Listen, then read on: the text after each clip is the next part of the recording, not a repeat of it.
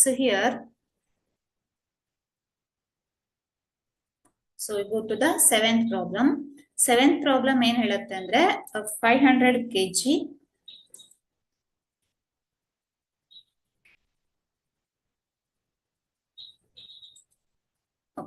So 500 kg car takes a round turn of radius 50 meter with a velocity of 36 kilometer per hour ಅಂತಿದೆ.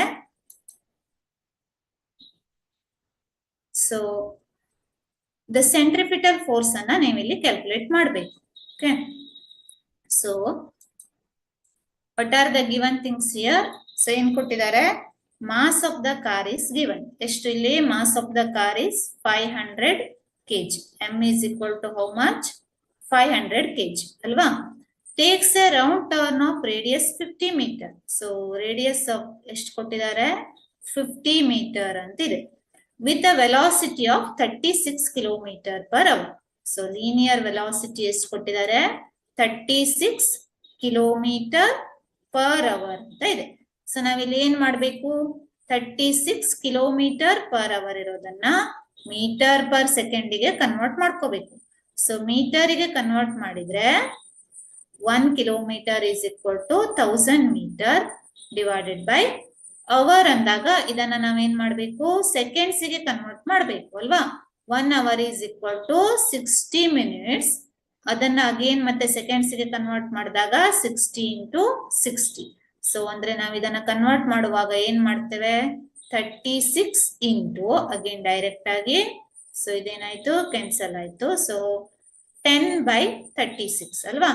10/36 ಅಂದ್ರೆ 2 5s 2 3s ಅಂದ್ರೆ 5/18 ಅಂತ multiply ಮಾಡಿದ್ರೆ ನಮ್ಗೆ ಏನ್ ಸಿಗತ್ತೆ? The values in metre per second ಅಲ್ಲಿ ಸಿಗತ್ತೆ. ಓಕೆ. ಸೊ ಈಗ ನಾವಿಲ್ಲಿ ಕ್ಯಾಲ್ಕುಲೇಟ್ ಮಾಡಬೇಕಾಗಿದ್ದು ಏನು? Centripetal force. Again this is a direct problem. So direct problem ಅಂತ ನಾನು ಯಾಕೆ ಹೇಳ್ತಾ ಇದ್ದೇನೆ ಅಂದ್ರೆ ಡೈರೆಕ್ಟ್ ಫಾರ್ಮುಲಾವನ್ನ ಯೂಸ್ ಮಾಡಿ ಮಾಡುವಂತದ್ದು. So centripetal force is equal to ಎಷ್ಟು ಅಂತ ಹೇಳ್ತಾ ಇದ್ದಾರೆ? F is equal to formula ಏನಿದೆ? mv²/r ಅಂತ ಇದೆ ಅಲ್ವಾ? So F is equal to mv²/r. So F is equal to m value ಎಷ್ಟು ಕೊಟ್ಟಿದ್ದಾರೆ? 500 into v square. v square ಎಷ್ಟು ನಮ್ದು? 36 into 5 divided by 18 ಬಂದಿದೆ ಅಲ್ವಾ? Whole square divided by r ಎಷ್ಟಿದೆ? r is equal to 50 ಇದೆ. ಸೊ 18 1s 18 2s ಅಂದ್ರೆ value ಎಷ್ಟಾಗತ್ತೆ? ಸೊ ಇಲ್ಲಿ ಇದನ್ನ ನಾವು ಹೇಗೆ ಬರೀಬಹುದು? 5 1s, ಸೊ ಇದು 10 ಅಲ್ವಾ? ಸೊ ದಿಸ್ ಇಸ್ 10 ಆಯ್ತು. ಇಂಟು ಓಕೆ 2 into 5 ಅಗೇನ್ 10 ಅಲ್ವಾ? 10 ಸ್ಕ್ವೇರ್ 100 ಅಂದ್ರೆ ಇದೆಷ್ಟಾಗತ್ತೆ? 10 into 100 ಅಂದ್ರೆ ಎಷ್ಟಾಯ್ತು? 1000 ಆಯ್ತು. ಕರೆಕ್ಟಾ? ಸೊ 1000 ನ್ಯೂಟನ್ ಆಗುತ್ತೆ. Answer is 1000 newton. ಅಂದ್ರೆ ಇಲ್ಲಿ ಯಾವುದು ಆನ್ಸರು? ಬಿ ಅನ್ನೋದು ಆನ್ಸರ್ ಆಗುತ್ತೆ. ಓಕೆ.